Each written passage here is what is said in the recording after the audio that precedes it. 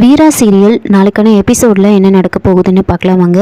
அதுக்கு முன்னாடி என்னுடைய சேனலை நீங்கள் சப்ஸ்கிரைப் பண்ணலைன்னா மறக்காமல் சப்ஸ்கிரைப் பண்ணிக்கோங்க. பக்கத்தில் இருக்கிற பெல் பட்டனையும் ப்ரெஸ் பண்ணிக்கோங்க. வீரா ரொம்ப கஷ்டப்பட்டு தண்ணி எடுத்துகிட்டு போய் ஊற்றிட்டுருக்காங்க. இதை பார்த்துட்டு இருந்த மாறன் வெளியில் போயிட்டு வீராக்காக ஜூஸ் வாங்கிட்டு வராங்க. ராகவன் கிட்ட சொல்கிறாங்க, டே ராகவா, அந்த பொண்ணு உனக்கு கல்யாணம் ஆகணும் தானே இவ்வளோ கஷ்டப்பட்டு தண்ணி எடுத்துகிட்டு போய் ஊற்றிட்டுருக்கு, ஏதாவது பண்ணலாம்ல அப்படின்னு சொல்ல, அப்போ ராகவன் பார்க்க பாவமாக தான் இருக்குது, நான் என்ன பண்ணுறது அப்படின்னு சொல்கிறாங்க. அப்போ மாறன் இந்தா இந்த ஜூஸை எடுத்துகிட்டு போய் கொடு அப்படின்னு சொல்கிறாங்க. உடனே ராகவன் அந்த ஜூஸை எடுத்துக்கிட்டு நேராக கண்மணி கிட்ட போகிறாங்க. அப்போ மாறன் அதை பார்த்துட்டு, டே இவனடா அவன் ஆளுக்கு எடுத்துகிட்டு போய் கொடுக்குறான் அப்படின்னு சொல்லிட்டு இருக்க. அப்போ ராகவன் கண்மணி கிட்ட, இந்தா கண்மணி இந்த ஜூஸ் எடுத்துகிட்டு போய் வீராக்கு கொடு, ரொம்ப டயர்டாக இருப்பாங்க அப்படின்னு சொல்ல, மாறன் ஓஹோ நான் தான் தப்பாக நினச்சிட்ட போல இருக்குது அப்படின்னு சொல்லிட்டு இருக்காங்க. கண்மணி நேராக வீராக்கு ஜூஸ் எடுத்துகிட்டு போய் கொடுக்குறாங்க. அப்போ வீரா ஜூஸ் வேண்டான்னு சொல்கிறாங்க. இல்லை நீ ரொம்ப டயர்டாக இருப்ப குடின்னு சொல்ல ரொம்ப கம்பல் பண்ணி கொடுக்குறாங்க. வீரா ஜூஸ் குடித்ததுக்கப்புறமா ஒரு குடம் எடுத்துகிட்டு போய் ஊற்றுவாங்க. அதுக்கு அடுத்த குடம் அவங்களால முடியவே முடியாது. அப்படியே லேசாக மயக்கம் வரா மாதிரி இருக்கும். எல்லாரும் பார்த்துட்டு என்னம்மா என்ன ஆச்சுன்னு கேட்கறதுக்குள்ளே கண்மணி அப்படியே மயங்கி தண்ணியில் விழுந்துடுறாங்க. விழுந்த உடனே வீரோட அம்மா ஓடி வாங்க, அவளுக்கு நீச்சல் தெரியாது வாங்கன்னு சொன்ன உடனே மாறன் ஓடி குளத்துல குதிச்சு வீராவை தேடுறாங்க. கொஞ்ச நேரம் பொறுத்து வீராவை தூக்கிட்டு வராங்க. கொஞ்ச நேரம் பொறுத்தே வீரை கண் முழிச்சிருவாங்க. ராமச்சந்திரன் வள்ளியை பயங்கரமாக திட்டுறாங்க. வள்ளி பாத்தியா, எல்லாம் உன்னால் வர்றது பரிகாரம்னு சொல்லி இப்போ எந்த நிலைமைக்கு கொண்டு விட்டுருக்க பாரு. அந்த பொண்ணுக்கு ஏதாவது ஆயிருந்தால் நம்ம என்ன பண்ண முடியும் சொல்லு. ஏற்கனவே ஒரு பாவத்தை பண்ணியிருக்கோம், அந்த பாவத்தை கழிக்கிறதுக்கு நீ இன்னொரு பாவத்தை பண்ணலான்னு பார்க்குறியா அப்படின்னு பயங்கரமாக வள்ளியை திட்டிகிட்டு இருக்காங்க. அப்போது ராமச்சந்திரன் இப்படி திட்டிகிட்டு இருக்கும் போதே வீரை கண் முழிச்சு பார்க்குறாங்க. இந்த பரிகாரம்லாம் ஒன்றும் தேவையில்லை, நம்ம வீட்டுக்கு கிளம்புவோம் எல்லாரும் அப்படின்னு சொல்ல, அப்போ வீரா இல்லை நான் பரிகாரம் பண்ணுறேன் அப்படின்னு சொல்கிறாங்க. அப்போ ராமச்சந்திரன் கோவப்படுறாரு. என்னம்மா நீ, உன்னாலலாம் முடியாது, வேண்டாம் விட்டுரு அப்படின்னு சொல்ல, வீரா இல்லை பரிகாரத்தை பண்ணலன்னா அப்புறம் ரொம்ப மனசு உறுத்தலாகவே இருக்கும், பண்ணிடலாம் என்னால் முடியும் அப்படின்னு சொல்கிறாங்க.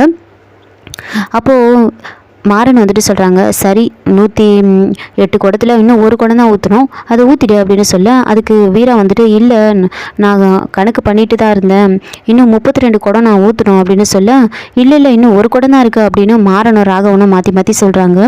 இல்லை நான் எண்ணிட்டு தான் இருந்தேன், 32 குடம் ஊற்றணும், என்னால் முடியும், நான் ஊற்றிடுறேன் அப்படின்னு சொல்லிட்டு வீரா ரொம்ப கஷ்டப்பட்டு எப்படியும் 32 குடத்தை ஊற்றிடுவாங்க.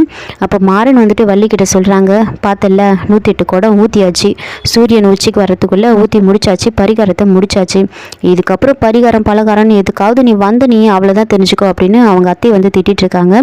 சரி வாங்க எல்லாரும் போய் சாமி கும்பிடலாம் அப்படின்னு எல்லாரும் சாமி கும்பிட்றதுக்காக போகிறாங்க.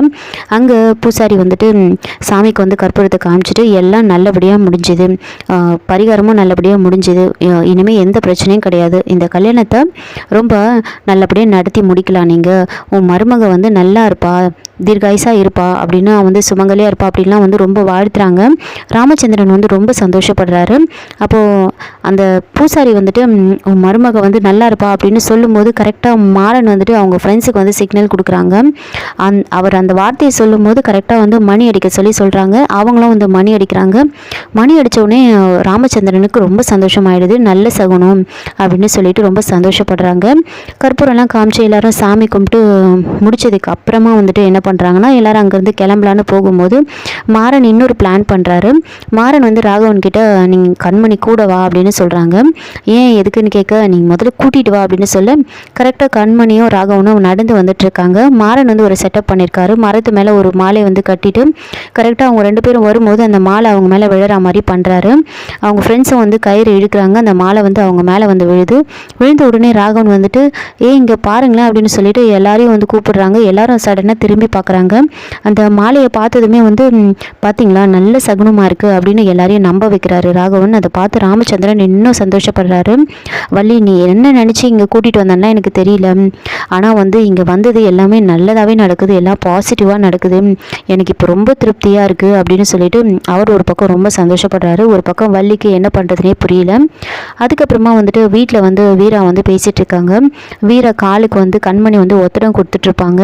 அப்போ கண்மணி ரொம்ப கண் கலங்குறாங்க. இப்போ வீரா வந்துட்டு இப்போ எதுக்காக நீ இப்படி அழுதுட்டுருக்க அப்படின்னு கேட்க, அப்போ கண்மணி எனக்காக நீ ரொம்ப கஷ்டப்படுற, அதான் எனக்கு ரொம்ப கஷ்டமாக இருக்குது அப்படின்னு சொல்ல, நான் என்ன அப்படி கஷ்டப்பட்டுட்டேன், 108 குடம் தண்ணி தானே ஊற்றுனேன், அதை நினச்சலாம் நீ கவலைப்படாத, நம்ம குடும்பத்துக்காக இல்லைனாலும் ராமச்சந்திரன் சாருக்காக தான் நான் இதை பண்ணேன், இந்த கல்யாணம் மட்டும் நின்றுட்டான், அவரால் இதை தாங்கிக்கவே முடியாது, அதனால தான் நான் இதை ரொம்ப கஷ்டப்பட்டு பண்ணேன், அவர் ரொம்ப நல்லவர் அப்படின்லாம் பேசிகிட்டு இருக்காங்க. ஆனால் அவங்க தான் வந்து ராகவனோட அத்தை தான் வந்து இது எப்படி எடுத்துப்பாங்கன்னு தெரியல எனக்கு, அவங்களுக்கு ஏற்கனவே உன்னை பிடிக்கல, அந்த வீட்டுக்கு போனால் அவங்க உன்னை என்ன பண்ணுவாங்களோ தெரியல அப்படின்னு பேசிகிட்டு இருக்கேன். அப்போது கண்மணியோட அம்மா வந்து அட்வைஸ் பண்ணிகிட்டு இருக்காங்க, அவங்கள நீ தான் வந்து அனுசரித்து போகணும் அப்படின்னு பேசிகிட்டு இருக்காங்க. இன்னொரு பக்கம் வந்து ராகவன் வந்து வீராவை பார்க்கறதுக்காக வந்திருப்பாங்க. மாறன் தான் வந்து கார் ஓட்டிகிட்டு வருவாங்க. மாறன் வந்து வெளியவே இருப்பாங்க. ராகவன் வந்துட்டு கண்ணாடி முன்னாடி எல்லாம் சரி பண்ணிவிட்டு இறங்கி வராங்க. அதை பார்த்து மாறன் சிரிச்சிட்ருக்காங்க. இறங்கி வந்ததுக்கப்புறமா வந்து மாறன் வந்துட்டு ஓடி வந்து ராகவனுக்கு பர்ஃப்யூம்லாம் அடிக்கிறாங்க. இப்போ எதுக்காக நீ பர்ஃப்யூம்லாம் அடிக்கிற அப்படின்னு கேட்க, அதுக்கு மாறன் வந்துட்டு சொல்கிறாங்க, என்ன நீ அண்ணியை பார்க்க போகிற, நீ நல்லா வாசனையாக போக வேண்டாமா, புது மாப்பிள்ளை நீ அப்படின்னு சொல்ல, அதுக்கு நான் என்ன விருந்து சாப்பிட்றதுக்காக வந்திருக்கேன் அப்படின்னு கேட்குறாங்க. அதுக்கு மாறன் வந்துட்டு இருந்தாலும் நீ அவங்க வீட்டுக்கு போகிறல, நீ கொஞ்சம் வாசனையாக போகணும் அதுக்காக தான் அப்படின்னு சொல்ல, இங்கே பாரு நான் வீராவை பார்க்கறதுக்கு தான் போகிறேன் அப்படின்னு சொல்ல, அப்போ நீ கண்மணியை பார்க்கறதுக்கு போகல அப்படி தானே அப்படின்னு சொல்ல, ஆமாம் அப்படின்னு சொல்கிறாங்க. ஏய் சின்ன வயசில் நம்ம 3 பேருக்கும் சேர்ந்து தானே பழனியில் மொட்டை போட்டாங்க, பொட்டை போட்டு காது குத்துனாங்க, என்கிட்டயே நீ காது குத்துறியா, போ போ அப்படின்னு சொல்லிட்டு இருக்க. அதுலேருந்து ஒரு ஆப்பிள் எடுத்து சாப்பிட்டுட்டு இருக்காரு மாறன். நேராக ராகவன் உள்ளே போயிட்டு வீரா கிட்ட வந்து பேசுகிறாங்க, உங்களை பார்த்துட்டு போகலான் தான் வந்தேன், ரொம்ப கஷ்டப்பட்டு நீங்கள் தண்ணி எடுத்துகிட்டு வந்து ஊற்றுறீங்க, இப்போ எப்படி இருக்குது அப்படின்னு கேட்டுட்டு, உடம்பை பார்த்துக்கோங்க அப்படின்னு சொல்லிட்டு கண்மணியை வந்து நீங்களும் உங்கள் உடம்பை பார்த்துக்கோங்க அப்படின்னு சொன்ன உடனே கண்மணி வந்துட்டு அப்படியே பார்க்குறாங்க, இல்லை நீங்களும் வந்து மயங்கி விழுந்துட்டீங்கல்ல, நீங்களும் உங்கள் உடம்பை பார்த்துக்கோங்க அதனால தான் சொன்னேன் அப்படின்னு சொல்லிட்டு அங்கேருந்து வந்துடுவாங்க. வெளியில் வந்த உடனே மாறன் வந்துட்டு, என்னடா ஆப்பிள் சாப்பிட்டு முடிக்கிறதுக்குள்ளே வந்துட்டேன் அப்படின்னு சொல்ல, போனேன் பார்த்தேன் அவ்வளோதான் அப்படின்னு சொல்கிறாங்க. ஏய் வீட்டில் எல்லோரும் இருந்தாங்க தானே, அதனால தான் நீ வந்துட்ட அப்படின்னு ராகவன் வந்து கிண்டல் பண்ணிட்டு இருக்காங்க. இன்னொரு பக்கம் வந்துட்டு வள்ளி வந்து ராமச்சந்திரனுக்கு வந்து சாப்பாடு பரிமாறிட்டு இருப்பாங்க. அந்த சமயம் பார்த்து வள்ளிக்கு வந்து தண்டபாணி வந்து கால் பண்ணுறாங்க. இதோட இந்த எபிசோடை வந்து முடிச்சிருக்காங்க. என்னோட ரிவ்யூ பிடிச்சிருந்தா லைக் பண்ணுங்கள், மறக்காமல் சப்ஸ்கிரைப் பண்ணுங்கள். தேங்க்யூ.